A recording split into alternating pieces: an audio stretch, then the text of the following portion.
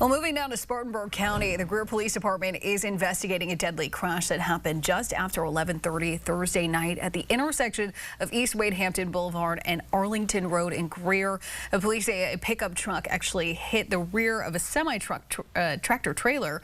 That truck driver the driver of the pickup truck, died at the scene.